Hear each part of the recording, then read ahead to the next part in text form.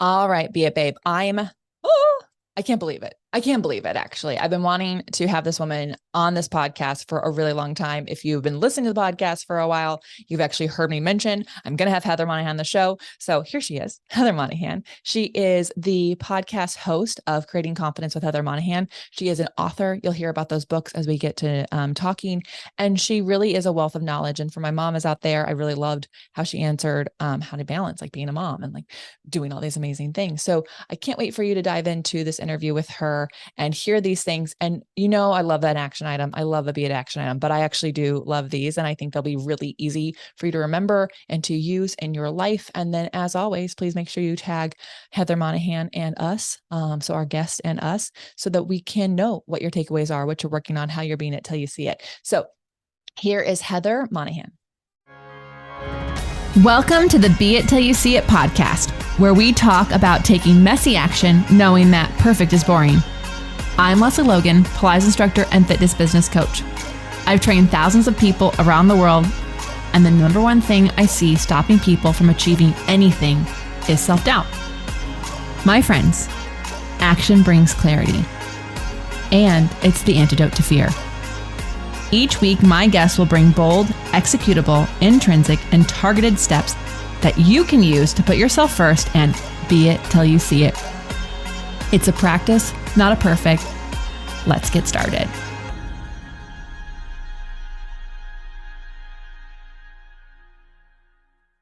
All right, be it, babe. I'm really stoked about this. I heard this woman's voice through Kathy Heller's podcast while I was driving through the desert and my phone was dying and I did not actually have directions to the hotel I was going, but I was like, I cannot turn this phone off because I was loving all of her words.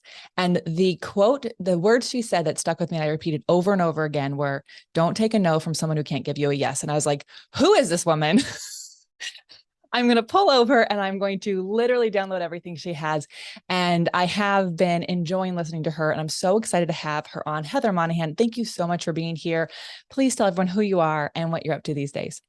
Sure. Thanks for having me. So my background is in sales and sales leadership. I was in the media industry for over 20 years. And 3 weeks after I was named one of the most influential women in radio, I was fired when the CEO I had worked for became ill and elevated his daughter to replace him. That was now 5 years ago. So I took that opportunity to write and self-publish my first book, Confidence Creator. And then I Googled how do you sell books. And that led me to my speaking career, which I was just named top 50 keynote speaker in the world for 2022, which was super exciting. And then last year, I wrote my second book, Overcome Your Villains, with HarperCollins Leadership, which came out in November. And in 2019, I launched my podcast, Creating Confidence with Heather Monahan. I mean, so many amazing things. And I think some people are listening going, okay, how did you do all of that? Because it's like 5 years. It's actually not that long a time, but I just want to highlight, look what you can do in 5 years. Like, look at all of those things. So, you had this amazing career, obviously award-winning career, and then it just stopped short. Did you have this inkling that someday you would do something different? Did you always think you'd be a keynote speaker in this confidence realm? Like, how did you get there? No, I had no idea. So often in life, we're told, hey, this is what you're good at because you're showing up and doing a good job. So I just, I was always told I was great in sales. I was great in sales leadership. I just thought that's what I was destined to do. The next potential move for me would be to take the CEO position, which I had pitched myself for many times. And I figured I'll probably run this company or I'll run a competitor to this company. That's sort of in the back of my mind what I thought those logical next steps were. I never thought about that idea of, oh, what if I just blow up everything that I've been doing and completely reinvent myself? No, I was, walking that path, that corporate America path, like what's the next move up? And I had been doing that for over 20 years. So it never even crossed my mind that I would be doing what I'm actually doing today. Never came to me. So, day after you're fired, you're trying to figure out what to do next. Were you looking for jobs in the corporate world, or did you think now's the time I'm going to just go see where the world takes me? I mean, I'm thinking about this because so many people will find themselves, either they found themselves in that way in 2020 when the world just stopped and now the world's back. And I think a lot of people are going back to what feels safe. And I'm just wondering how you got out of that safety net. Well, I was pushed, right? Because number one, I was fired. But number two, what a lot of people don't realize is I had a non-compete. So even though I was fired, I had to leave the industry that I had 20 plus years expertise in. So for 18 months, I could not compete in the media, advertising, sales arena. If I wanted to be a sales leader somewhere or chief revenue officer, I'd have to go to the aviation business or the hotel business, something that I knew nothing about, right? So I'd have to start over as a beginner. And that was a legally bound contract, right? So that was something I had to honor. And for me, I just thought to myself, okay, if I'm going to go start over as a rookie and a beginner somewhere, which that's my options at this point, right? I've got to start over somewhere brand new, not knowing what I'm doing. I thought, well, I might as well roll the dice on me first and see how that pans out and see what that looks like. I had a little bit of runway. I had saved some money, and I just thought, okay, if I'm going to do this and start over, from scratch, why don't I try just to double down on me and see what happens? So at first it was just like this kind of out of left field idea and possibility of what if, and let's see where it takes me. I actually really love that. I resonate so much with like doubling down on yourself. And I think if you can't bet on you, then like really you have not a lot of people to bet on, and I think a lot of people instead bet on others. Was that something that you always knew that you could bet on yourself, or what were the signs that you kind of knew that, or was that how you were raised? I believe that confidence is something that ebbs and flows, changes in different situations. So when you ask me that question, what you're basically saying to me is, did I always find that confidence from within? That's what I'm hearing you say. Mm-hmm. And for me, no, there were times I did find it, right? So I had found a lot of success in business at a very early age, in my early 20s. And so I felt very confident about myself in work, in media, in sales leadership. I knew I was really good at that. So I truly felt confident when I was working. But then in my personal relationships, I didn't feel confident at all. In different scenarios, I wasn't confident at all. So it was sort of this thing that at different times I would say, oh yeah, I moved to Saginaw, Michigan to become an equity partner in my early 20s. I felt really secure and confident in me, very concerned about the situations outside of me and what was going to happen there.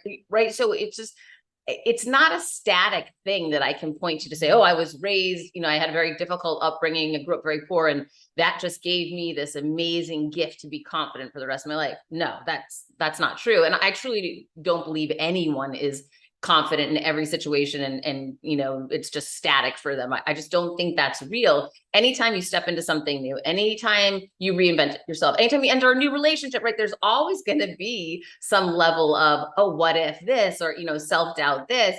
And that's just part of the growth process. Yes. Thank you for saying that. Oh my goodness, because I think so many people think it must be easy for her. Of course, she was fired and she just like was able to go off of her, like, or, they look and like, for example, for a lot of people, they saw in the pandemic, we did move to Vegas, and they're like, oh, wow, you had all this together. You like knew what you're doing. No clues, no idea. Just knew I could like count on myself to figure it out. Like, I was like, I'll do this. I know I can do that. But I do think a lot of people wait and hold themselves back because they think that they don't have something that, for all of us who they think have it, it's an ebb and flow thing. It's not in we're not perfectly confident in every area. So thank you for sharing that.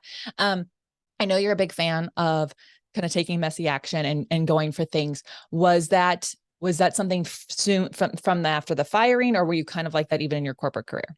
No, I've been like that my whole life. I'm definitely taking action is not hard for me. Now, certain people just gravitate towards certain things. They used to call me a bull in a china shop when I was early on in my sales career, because that was sort of the way I gravitated easily to that. Oh, I'll just go in and try that. I might blow it and make a mess and have a disaster, and someone else is going to have to clean it up and they're not going to be happy about it. But to me, I think, well, it's worth trying, let's just go for it. That's always kind of been my philosophy. I've never been that person that says, oh, I'm paralyzed by this, has to be so perfect. A great example of that is my first book. I had no idea how to write a book, right? There's 3 errors in my first book. And I've had so many people point that out to me, and it makes me laugh. I think it's hilarious. I'm super proud of those errors. And here's why.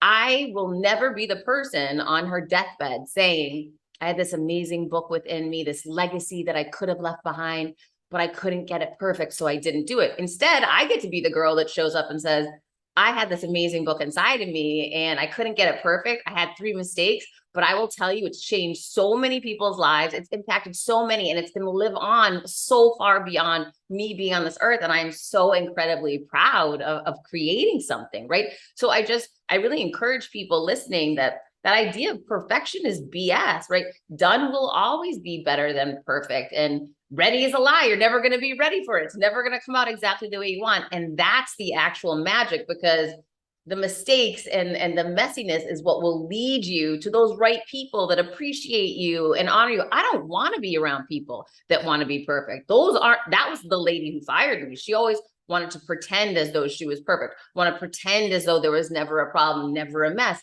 Those aren't my people. When you start showing up as that real messy version of yourself, you start attracting those right people towards you, and then you feel even better about who you really are.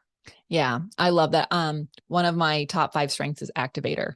And it's like, I will prefer to test something out and take messy action and just see what happens, and then wait and make sure all the ducks are in a row before I start. Cause then it's like, well, when is it ready? It's not a good time now, so it's a much better for me, it's a better timing to just get going. So I really resonate with that. And I wrote a book as well, and I had an editor, because grammar is not my thing. And it came out, and I had someone else read it, and she found more stuff. And I'm like, you know what? At this point, I'm just going to put it out. This is a self-published thing. Like, if a period missing or the wrong type of comma is keeping them from getting the message, they're not my people. Like, I can't, that's a different thing. They want something else from someone else, and I'll never be that person for them. And so I actually see books. If I saw your airs, which read that book and I didn't. So that was obviously not what I was looking for. To me, when I do see those things, it gives me more permission to just be imperfect, to just do the thing. Like, I was listening to another author's audiobook, and I love her and she's amazing. And I heard an air in the audiobook where it just repeats a couple times. And I was like, amazing. Full permission. This is a publisher's person who did not catch something. It's not her, it's someone didn't get, and like, that means my things can have imperfections, and it's not going to keep the message from being out there. So true. So, you wrote a second book because you apparently didn't get what I got, which is like, oh my God, writing books are so hard. What kind of drove you to do that second book? Really, the DMs and messages that I received from people from my first book, right? So when people started asking me, when's the second book coming out, and what's happened since you got fired? Because my first book really stops at getting fired. So I decided to answer their questions, start the next book at getting fired, and show them what I did over the last 5 years, how I did it, and how they can take messy action too. And so really just responding to my community and answering what it was that they wanted from me. I love that. Thank you. Because when I hear people are like a little stuck on what to do next, I think it's like, well, what are people asking from you? What is the common conversations you're having? Because that can be the next thing that you do. I know that you're a mom, and we have a lot of women who are moms listening. And I wonder, is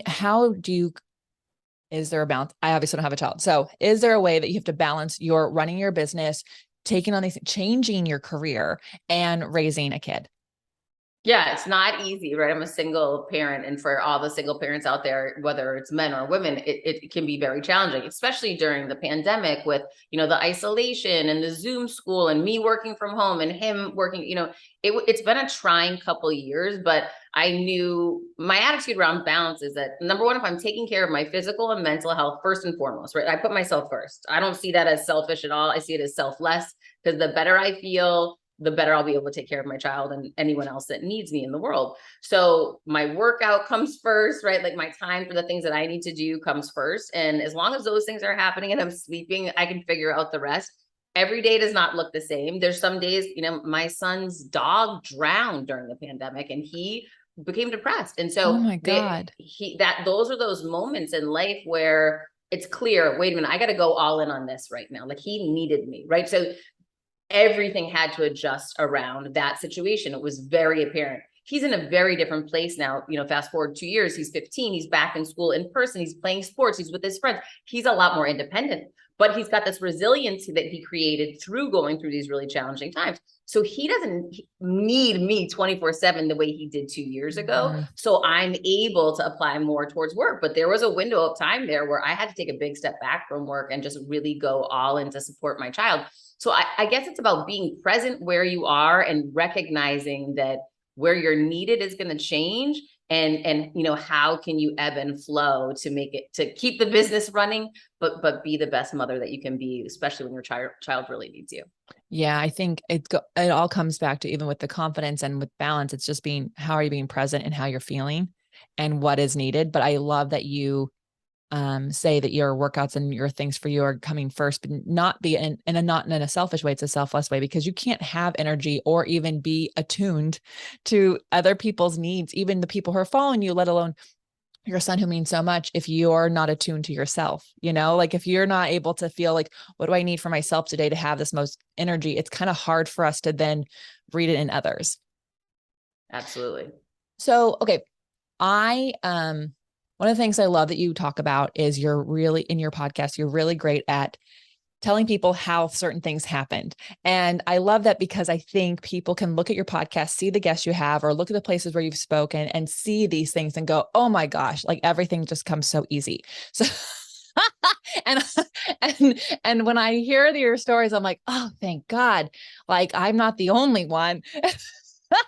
Like, I'm just like, oh, if she has to do it, like, here we go, So, what I mean, obviously different things work for other, like different scenarios, but what is your way of like trying to figure out how you're going to get people to say yes to you, or how you're going to get your name out there? Is there a process that you followed? Is there a mantra you tell yourself? Like, what is it that you're doing that's like, okay, I'm not going to take no from this person because they can't tell me a yes. So what's that resiliency there? Well, so as I mentioned, I've been in sales my entire life, right? So, and sales is such a blessing. Everybody's in sales, whether they realize it or not. I just knew I always was. I started out as a paper boy when I was 9 or 10 years old. I was selling, right? I wanted people to want my service so I could make money. And so from a very young age, I learned that, hey, I'm in sales and I want to get better and better at this. And like anything, the more you do something, the more you're going to have an understanding for it. The more, you apply yourself to it, you find out different techniques and different ways to, accomplish your goals.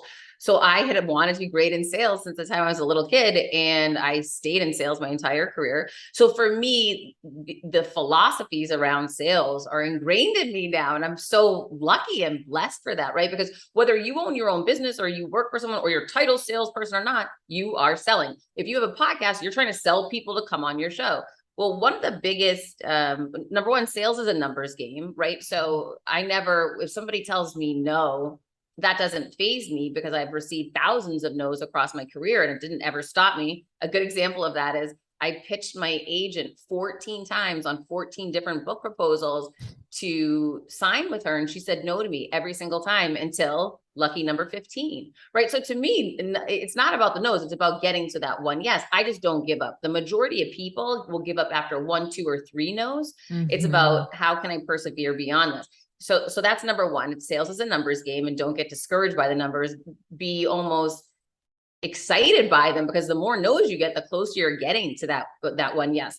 So that's how I choose to see getting no's. And then, the other thing is, oftentimes when people are in a situation, let's use the podcast, for example, you want to get so-and-so on your podcast.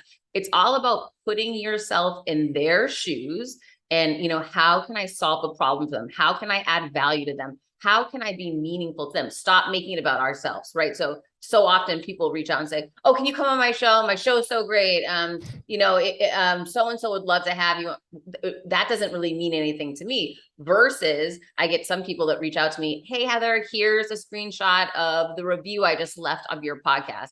I love the episode with blah, blah, blah. You're talking my language. You're talking my creation that I, bring to market every week. You supported me by giving me a review. You sent me the proof that you actually did it. Now you're specifically giving me feedback on an actual episode. And I can tell by the feedback you're giving me, you listen to it, right? Like you're my people. So now you've got my attention. So it's all about, how can we add value? How can, we show up to support somebody else, add value to them, and put ourselves in their shoes. And when you can start looking through that lens, you can start connecting with people, you can start getting their attention and engaging in a conversation with them. And at that point, you're developing some trust. People do business with people they know, like, and trust, right? You got to establish that trust, add value. And when you start doing things like that, you see doors start opening for you.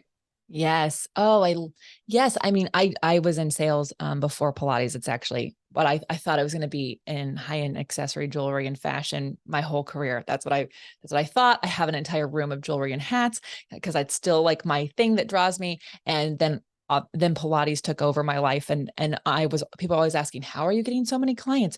I'm not good at sales. I'm like, I'm not selling them Pilates. Like I'm finding out what do they need? Because yes, I want them to be a client, but why should they be a client of mine? Like, what do I have to offer for them? And then it's just about connecting what they want with what I have, and then we go down that road. And with having this podcast, it is this interesting thing where it's a different type of need. I'm like, I of course want to share people with my audience because I have a killer. They're just amazing women. They're so cool, and I'm so lucky to have them. But it can't just be, I know they're amazing. You don't know they're amazing yet. And so it's about when I look at people who I want to talk to them and I know can serve my audience and my audience can go take more from them. It's like, how can we put those two together? And you mentioned building a relationship and trust. And one of the things Brad and I like to talk about with people we coach is like, it's like dating. When you're at the bar, the guy who like comes up to kiss you right away, you're like, whoa, you're scaring me. Whereas the person is like, I really like your shirt.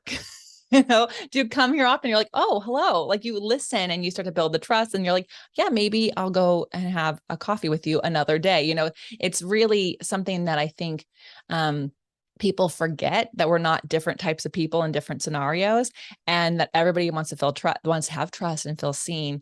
And you want people to feel like they know you and they care about you, and it's not just about them. So I thank you for sharing that process, and how you think about it. What are you working on next? Because you've got the books, your public speaking is coming up. You're just on Dr. Phil. Like, is there something that you haven't achieved yet that you're working towards, or are you settling in and loving where you're at? No, I never settle in and love where I'm at. I have so many different ideas.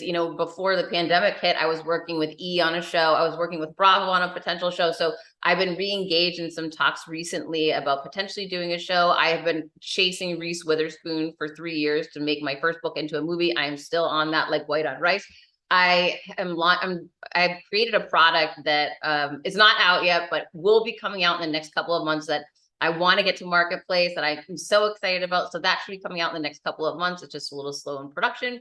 Then I had an app company come to me recently that wanted to partner about doing, daily messaging, creating community. So that's something that I'm looking at doing. There's so many different projects that I'm constantly working on, and some of them fall apart and fail and nothing comes out of it. I had a clothing line that fell apart. I had a skincare line that fell apart, but then a lot of them, like my books or my podcast, come together and work out incredibly well. So it's sort of that idea that as long as I'm moving things forward, as long as I'm doing good in the world, as long as I'm shining light to inspire other people to shine their light, all will be well, and it will work out exactly as it's meant to be. This is so fun. Okay. All of these things are really exciting. Many of them you've never probably done before, even though you had this incredible career. So how do you step into the process of being a person who's creating a skincare line or an app or a clothing line? Is it research? Is it just taking that messy action? Like you said earlier, what are you telling yourself to get yourself ready for those things? Well, for me, it's about the possibility. I don't have to know the whole plan. I didn't know how to write a book when I first wrote a book, right? I didn't know how to record a podcast when I first recorded a podcast. I didn't know how to be a board member before I was appointed the board of directors of health. Like I don't know how to do any of this stuff. But I look back at my career and I remember when I was 9 years old, I didn't know how to be a chief revenue officer, but I knew I got there. Right. So it's all about, instead of saying, what is the master plan and what are the appropriate steps to take to get there? It's about taking that action step forward and seeing where it goes. And what I mean by that is, this is a good example. When I got fired, I wanted to partner with a big company, and I love clothes and I wanted a clothing line, and I knew I wanted to get it on QVC and because I can sell. And so if they can put me on camera and allow me to sell, I could make millions for me and a partner. I knew I wanted to partner because I wanted a big marquee brand. So I tracked down the CEO of Perry Ellis International, got to him, pitched him my idea. He loved it. We signed a deal. We started working for 9 months together on this clothing line. I got us a meeting with QVC. I didn't know how any of it's going to work out, but I just believe this is a viable business idea. This is something that can help people. And I know if I can get on air, I can sell it. So again, I didn't know what I was doing. I don't know anything about clothes. So I picked a partner that did, right? In that situation, it made more sense to bring a partner in versus doing it on my own. So, being open to the possibilities and open to, if they had said no, I could have gone to somebody else. And so after 9 months, we got our decks together, we got the product line together. I got the meeting with QVC. We went in and did the pitch, and QVC said, Heather, we get why we understand that you'd be great on camera. However, this product looks very similar to too many things that we already have on air. We're going to have to pass on this. Come back if you have something unique. And that was a tough lesson learned for me, in that sometimes when you go all in on one thing and it's taking a lot of your time, a lot of your resources, and you end up not executing on it in the end, you can be frustrated. But it also taught me that I don't know if I don't do a clothing line later on in my career. Maybe that is going to be a building block for me to understand, or maybe that's a building block that I go back with this new product that I created on my own, and I bring that to QVC because now I have a rapport and relationship there and I know what they're looking for, right? So you can't connect the dots until you're looking back. You can't connect the dots looking forward. So you have to move forward basically with that faith that I'm not sure why that didn't work out. I'm disappointed that it didn't, but something tells me in the future, I'm going to be able to look back at that and see how that taught me something or led me a different direction that I wouldn't have been set up for otherwise. So it's really about moving forward in that faith and taking that action and being open to possibilities and the what ifs, and that those fails might redirect you to that right place you wouldn't have gone otherwise. Yeah. I've been telling myself since, I think I heard a version of this, but I've been trying to find it, like what is for me will not pass me. And it was in 2013. I had a lot of friends worried about me, and for good reason, thank goodness for them. But I left the person I was with for 5 years, and I left and I was like, I cannot live here until I find another place. I just have to go, and I'll just couch surf in LA. I'll just, I have enough friends with enough couches. I don't have to overstay my welcome. And was leaving his house, and I totaled my car, and I was like, nope, I'm still going. I'm still doing this. And then the place that I rented space for my whole private income came from was closing. And I was like, okay, just keep taking whatever I don't need to have right now, because I don't really want to get attached. I don't want to find an apartment next to a studio that doesn't exist anymore. I'm just going to wait till it's all, take it all, and I'll find it. And what's so crazy is, in that homeless moment with a rental car, waiting to find a place to teach, Los Angeles Magazine called and said, hey, you're the best Pilates instructor in LA. We're giving you that award, and we want to put you in the magazine. Where's your studio? And I was like, oh, okay, let me get back to you. And when's the party? And I'll be there. And I was like, this is so insane. Like if you are open to possibilities, as you've mentioned a few times, and you don't get so hung up on what didn't work out, it's kind of crazy what it leads you down. And that summer was the best thing that ever happened to me. I would never have met the husband I'm with now if I hadn't had that experience, and because I would never have dated a musician. Would have been like, no way, that I need someone with a little bit more security, but I survived insecurity, and I was like, okay, well, here we go. So I think it is so easy when you get really dialed in, 9 months on a project that you, like you said, and to go, oh, and it didn't work out, to be so devastated, but you have to pick up and know that was not for nothing. Like, that experience taught you so much about the next opportunity where there's another clothing line, or maybe it is a makeup line and you go back to QVC. I mean, who knows what that is? So that is so cool. Okay, Heather, I just think that you're a rock star. You know that already, but I think there's a lot you're going to do on this planet, and I'm really so grateful to share you with everyone. Where is your favorite place to hang out? Is Instagram, your website, your podcast? Where can people find you? Oh my gosh, my podcast is called Creating Confidence with Heather Monahan. I drop 2 episodes a week. Please go check it out. It's so good. My book is Confidence Creative. The first one, the second one's Overcome Your Villains. You can find them anywhere where you get your books. My website's heathermonahan.com. I'm all over every social media platform. It's crazy ad nauseum. And yeah, you can DM me or send me a note anywhere. You might be one parent who's on social more than their kid. Oh, way more than my kid. Oh my gosh, way more than my kid for sure. Oh my goodness. Okay, amazing. Well, everyone, please do follow her, subscribe, listen to her podcast, share it. Before I let you go, I love to ask bold, executable, intrinsic, targeted steps that people can take to be it till you see it. I know you've given us lots of great stories, but any tips that you have that they can take action on today? Yeah, I'll give the 3-step process that I share in my new book, Overcome Your Villains. It's called BACK, Beliefs, Action, and Knowledge.